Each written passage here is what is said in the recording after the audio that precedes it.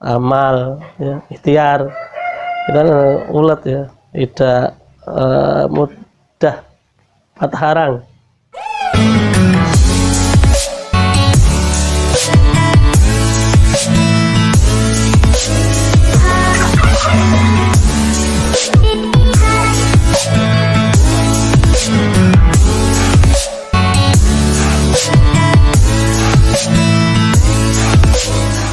Assalamualaikum warahmatullahi wabarakatuh.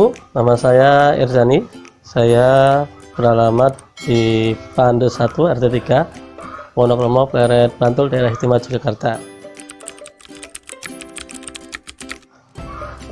Kenapa saya pilih beternak kalkun? Tentunya ada satu yang istimewa dari kalkunnya. Banyak keistimewaan dari kalkun. Yang pertama, ini dari sisi ekonomi ya, kalau dibandingkan dengan ternak yang lain, saya pernah berternak baik itu ayam, bebek, dan berbagai ternak termasuk ikan. Dari beberapa pengalaman yang saya coba, itu ternyata kalkun lebih secara ekonomi lebih menjanjikan, lebih bernilai ekonomi tinggi. Kemudian kenapa ini? Karena pelakunya juga belum banyak untuk di Indonesia ya.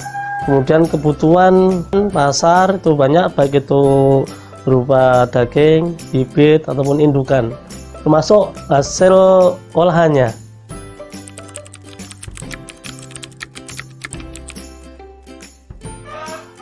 Saya melihat ini satu proyeksi ke depan itu suatu yang luar biasa, punya potensi yang luar biasa untuk dikembangkan ini.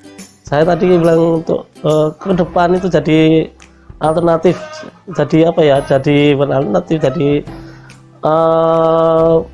orang-orang akan pilih itu ya, karena barangkali nanti seiring dengan dikenalnya kalkun oleh masyarakat itu. Kalau sekarang sudah biasa itu lebaran, kalau dulu kan nyembelih ayam, nyembelih apa, entol. Kalau sekarang itu apa itu, kataman tuh biasa di sini, sekitar sini ya. Lebaran tuh bukan lagi milik orang yang itu ada thanksgiving dan lain, enggak, sekarang udah enggak ada. Nih kita juga akan coba itu ya.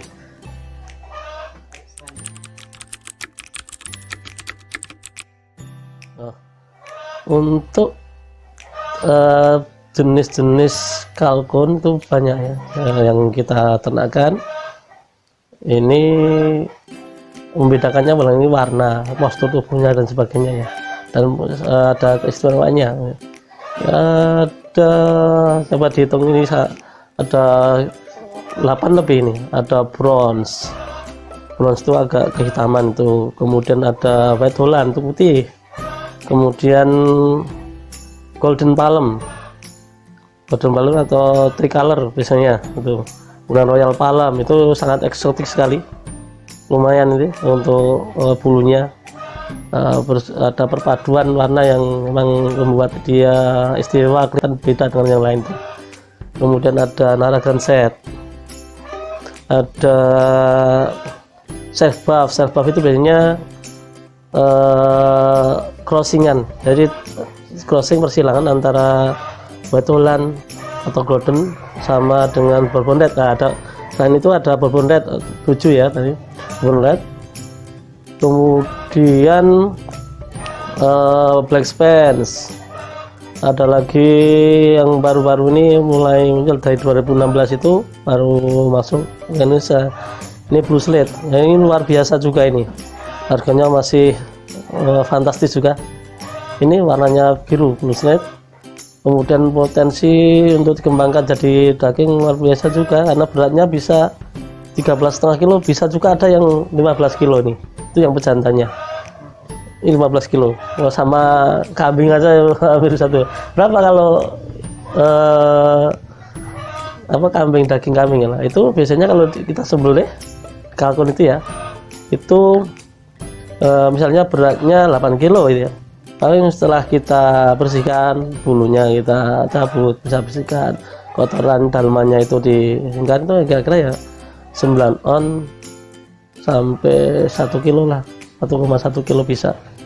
Jadi paling kurangnya itu kan bisa, kalau 15 kilo berarti kan berat banget itu, bisa untuk pesta syukuran untuk berapa orang, banyak itu yang blue slate ya. Nanti ada dari beberapa jenis itu, nanti ada silang-silangan turunannya, variannya, nanti menghasilkan warna-warna sendiri. Ada black apa Spanish sama apa white holland, apa yang warnanya terang-terang itu jadi black moonlight. Kemudian ada black Spanish sama bourbon red, nanti jadi rusty, black rusty dan sebagainya. Itu untuk jenis-jenisnya. Barangkali masih banyak nih nama-nama.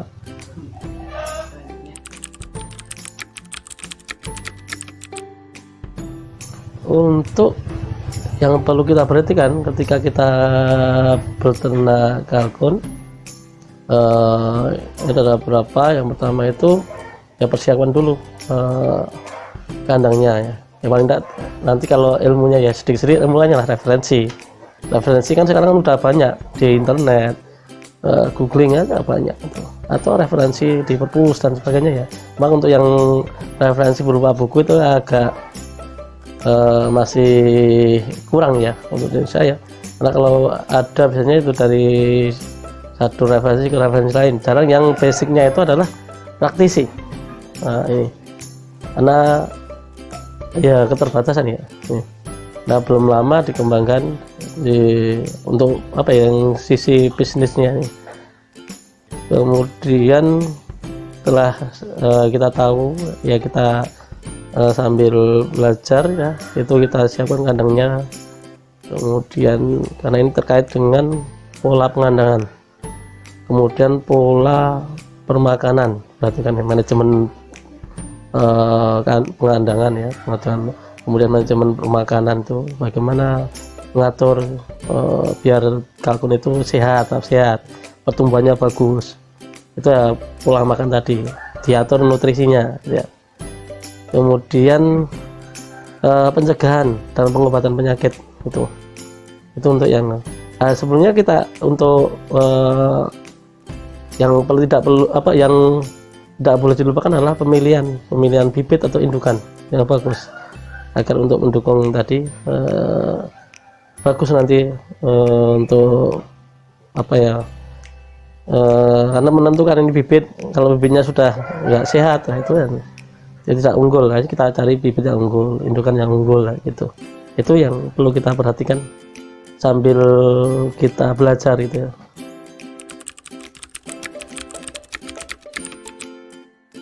Yang pertama usahanya adalah mencegah dulu ini. Kemudian kalau setelah dicegah, banyak kiatnya menjaga kebersihan kandang, kemudian pakannya yang bergizi ya, yang nutrisinya diperlukan. Kemudian barangkali divaksin itu. Tapi kalau masih kena juga ya, kita antisipasi adalah pengobatan. Kalau ada sudah kena kayak gitu, pengobatannya harus sesuai. Jadi kita diagnosa sakitnya apa. Jadi kalau sembarang ngasih obat sakit apa, sebenarnya itu kaitannya dengan pernapasan. Kalau kita kasih obat yang nanti itu apa untuk lingkaran pencernaan, itu kurang cocok. Sebaliknya juga gitu. Jadi ada penyakit yang berhubungan dengan nafas, alat pernapasan, karena nanti ada CRD dan sebagainya itu ya. Kemudian ada gumboro dan sebagainya, itu yang termasuk apa yang ini kaitannya dengan pencernaan ya. Berak putih, berak kuning dan sebagainya. Kemudian berak darah, itu beda. Nanti kita kasih obat yang sesuai dengan penyakitnya. Jadi tidak sembarangan untuk ngasih penyakit ini. Bisa kita lihat dari kotorannya, penampakan luarnya, itu pengobatannya. Barangkali juga sebagian teman-teman bisa pakai herbal ya, ada jahe, ada pokoknya yang pon-pon itu ya, bisa untuk yang herbal itu kita pakai.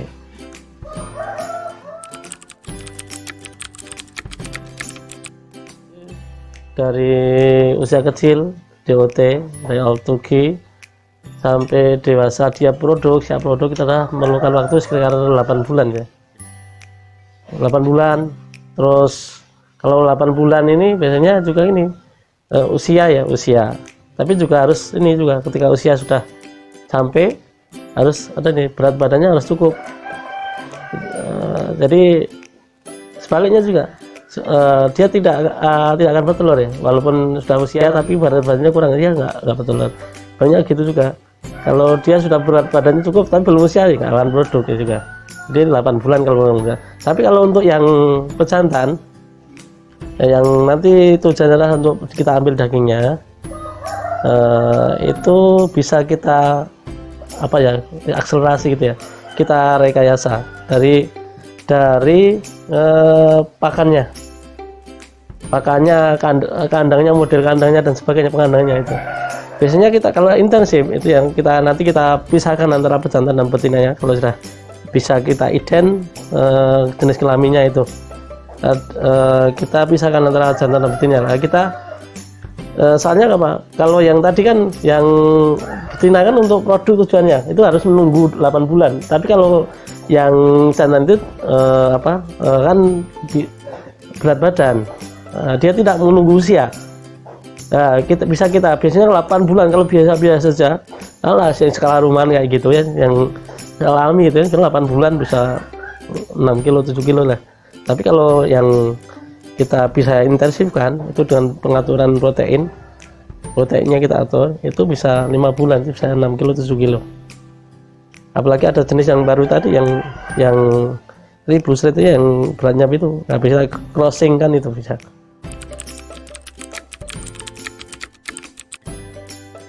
Baik, teman-teman, kunci dalam kita berusaha, amal ya, ikhtiar, kita ulet ya, tidak mudah patah harang, putus asa gitu ya. Awalnya kita perlu tahulah sedikit-sedikit kita referensi ya, kalau menurut saya jangan buta langsung gitu ya. Ya kita kan mudah sekali kita cari referensi di internet tadi, buku-buku, kalau ada kayak paguyuban atau kelompok paguyuban dan sebagainya, itu bisa gabung, saling sharing, itu di media sosial banyak. Enggak itu. Kemudian IT kunci juga ya, sudah dunia global, dunia informasi. Ke depan siapa yang nggak menguasai informasi, karena kalau kita berpikiran cuma konvensional terus ke pasar ya aja, di pasar kita jual ya, nawarnya ya kita, apalagi kalau yang bakulnya itu nggak kenal ya itu. Tapi kalau kita menguasai informasi, bergabung dengan yang ada, kemudian kita kemas pemasarannya, yang pemasaran banyak.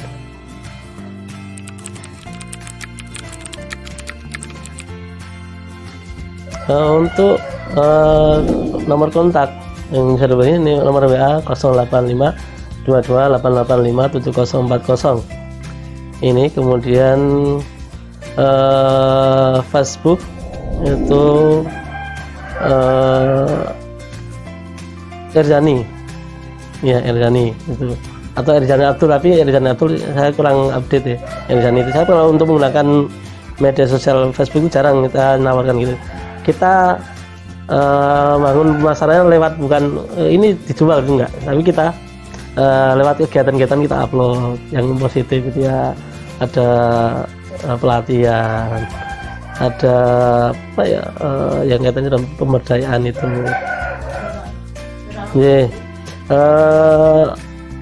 Instagram Erzani 74 Kalkun Jogja ya. Kemudian untuk YouTube Abu Hafid ya, Abu Hafid. Kemudian untuk blog Bantul Kalkum Farm blogspot.com itu untuk yang apa yang bisa dihubungi, yang teman-teman sahabat-sahabat bisa akses. Monggo, sekarang dunianya udah berubah ya, kita semangat ilmunya.